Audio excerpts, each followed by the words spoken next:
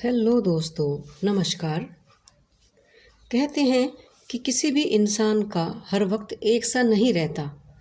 जीवन में ऐसे बुरे वक्त भी आते हैं जब उसे किसी न किसी की सहायता की ज़रूरत पड़ती है।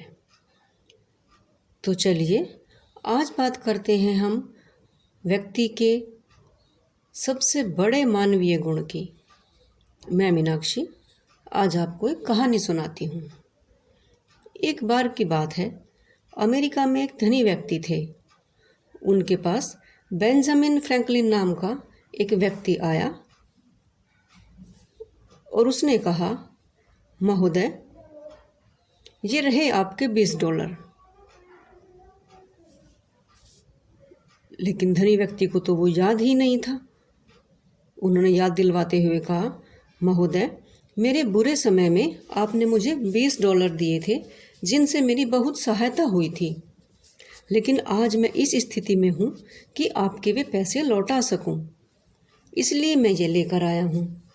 कृपया आप इन्हें स्वीकार करें। लेकिन धनी व्यक्ति उन पैसों को देकर भूल चुका था।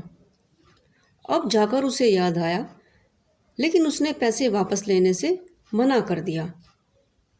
उसने कहा, बेंजामिन, ये $20 मेरे लिए कोई बड़ी कीमत नहीं रखते, लेकिन ये एक ज़रूरतमंद के लिए बहुत कीमती हैं। इसलिए तुम इन्हें ले जाओ और किसी ज़रूरतमंद की मदद कर दो। उससे बस यही कहना कि वह भी जब समर्थ हो जाए तो इन $20 से किसी और की मदद कर दे। बेंजामिन ने वैसा ही किया और आज वे $20 पूरे अमेरिका में घूम रहे हैं और किसी ज़रूरतमंद के लिए राहत बन रहे हैं, उसकी सहायता बन रहे हैं। किसी भी व्यक्ति के जब बुरे दिन चल रहे हो ना, तब उसकी सेवा अवश्य कर देनी चाहिए। यह मनुष्य होने की सबसे बड़ी निशानी है, सबसे बड़ी सिफत है। ज़रूरतमंदों की सेवा से इंसानियत तो जीवित रहती ही है, वह आपको यह एहसास कराती है कि आप मनुष्य हैं।